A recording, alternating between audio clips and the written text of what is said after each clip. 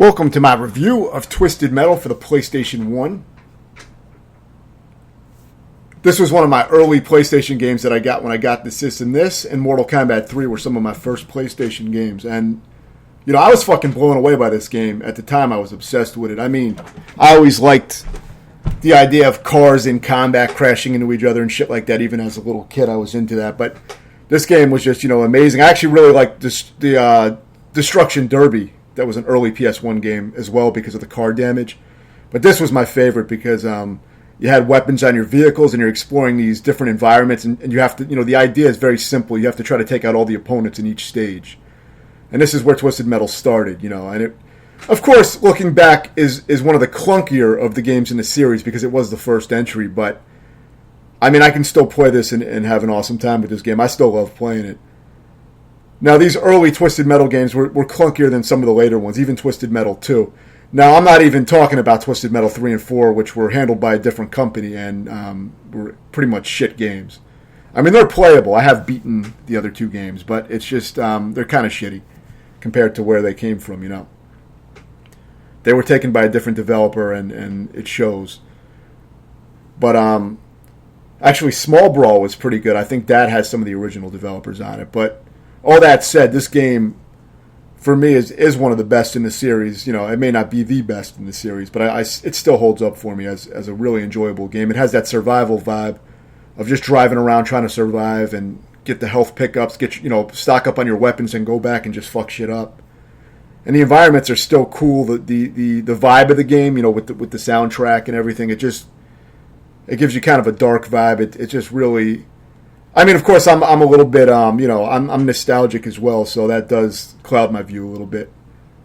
So it is hard for me to review this game as a game if it just came out today for new players, especially those who, were alive in the last 20 years, maybe born in the year 2000. And me, I'm from 1980, so I started with the Atari 2600 in 86. So for me, this was fucking, seeing the whole evolution of games up to this point was fucking incredible. You know what I mean? Like, coming from that and then seeing something like this was fucking amazing, because the previous generation was Super Nintendo and Genesis, which, I mean, those games looked awesome to me. Coming off the NES and then coming off the Atari 2600, I saw all those changes. So this game had a huge impact on me.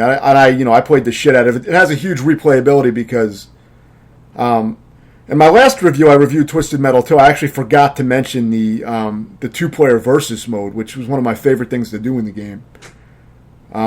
Just because the game is such a complete package that the single player campaign is so fucking awesome. That's just like a bonus. Now, I don't remember if this game had the two-player co-op like the second game had. It may not have. But what I used to play in this, I don't think it did, but I'm not sure. But what this game did have is an amazing versus mode, which is a split-screen versus mode where you can set it to either have the top and bottom screen split or the left and right side split into halves. And, now if you have a really small TV, that may not be great. But it was awesome, man. I used to play the shit out of it. At the time, I had a 25-inch Sanyo. not the best quality TV, but it was, CRTs were similar back then. There wasn't huge jumps in picture quality, usually. So, I used to play the shit out of it on that. And I would play, endlessly for hours whenever I would play with my friends, But the Versus was awesome because you'd go around the arenas, collect weapons, and try to take each other out. You could hide and shit. Of course, now with a split screen, you could look at the other player's screen and see where they were hiding. So it wasn't, hiding wasn't always super effective, obviously. But, unless you really knew the stages, you may still not really know exactly where the other player was. But, yeah, awesome split screen mode, though. Super fun. Used to play the shit out of that. You have maybe, I don't know, it might be something like 12 different vehicles. I haven't looked at it in a while, so I couldn't tell you exactly the number. But you have multiple vehicles to select from. They all handle differently. They have different armor, so some can be killed faster than others. But there's trade-offs to each vehicle. The Mr. Grimm can die super fast with low armor, but he's really fast and easy to handle, maneuvers really well. And he has a special move that does like half of the health on most opponents. It does massive damage. So if you can hit with it, if you're good with hit and run tactics, then he's the character to use. But you got to be very good with it because he can get taken out very quick. But there's a lot of trade-offs like that.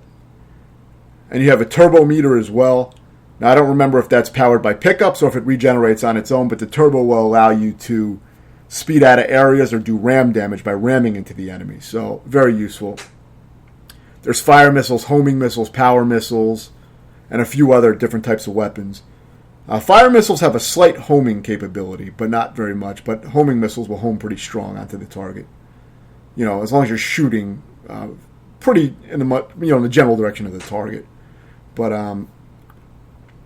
Hammerhead here, this vehicle has a special move where he runs over the opponents and can do a lot of damage up close. So he's really good for that if you're good with him. He's not the easiest to maneuver though, but he has pretty decent armor. His speed kind of sucks, but there's all these different trade-offs when considering the different vehicles. Like the Spectre is a pretty fast car with moderate armor, but it can shoot missiles that go through walls and home in on enemies, which is pretty fucking crazy. That was fucking crazy. That was awesome in the Versus mode. You pull a lot of bullshit with that. But he can be killed fast too, though, so it's not, it's not some overpowered shit. It's pretty damn well balanced, which is what makes the game really good game. But some of the control and things can be a little clunky, especially compared to modern games. But it's also kind of a hard balance with these kind of games because you want the twitchy control to perform fast movements and things like that. If this was a realistic driving game with slow U-turns and shit like that, it just wouldn't play the way it does. You know what I mean? You wouldn't be able to do the kind of shit you can do when you're good at this game. So it is a hard thing to balance, but I think they did a pretty damn good job. So on each level, you get a password after you clear out all the enemies, and if you use the password, you'll get all your default lives back. So you'll have your 3 lives or whatever back to beat the stage. And if you lose a life, it saves all the damage you did to the enemies and what enemies you killed. But if you lose all 3 lives, you got to start the level over from the beginning. So there's a password for each level. There's a decent amount of stages, not a ton. Maybe, if I had to guess, 8. I haven't checked in a while. Maybe 8 stages, something like that, but it's a decent amount. And each stage you have to clear out all the enemies. There may be 8 enemies that you have to kill on some of the later stages. And then it ends with a final boss fight, which is pretty cool against Minion. It's a more tankier character that can kill you really fast. So you really have to be tactical and pull some bullshit and then really get the fuck out of there. So you see me fighting Minion now. I already had kind of a strategy to really drain him pretty quick. So, I was able to do some big damage. Hammerhead worked really well on this guy, I remember.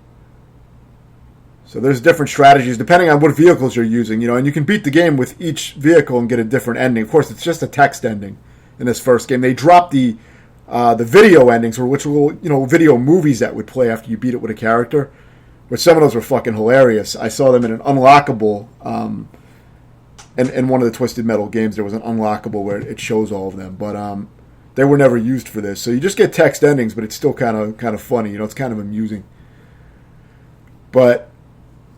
The main reason to play through with all the characters is just because it changes the way you have to play, so it makes it interesting to go through with each character. So you got a great campaign mode, and on top of that, you have, for me, it was the best multiplayer that I ever played at the time. Now if I played it, I would still have a blast with it, but it might not be my favorite multiplayer game anymore, but at the time, it was amazing. So, yeah, this game really holds up well for me. So you can see I finally took out, maybe there was 10 stages because it says 10th competition. But, yeah, that's pretty much it. And then, you get an ending depending on who you were playing as. I think the passwords might be specific to whatever vehicle you got to the stage with. I don't think you can.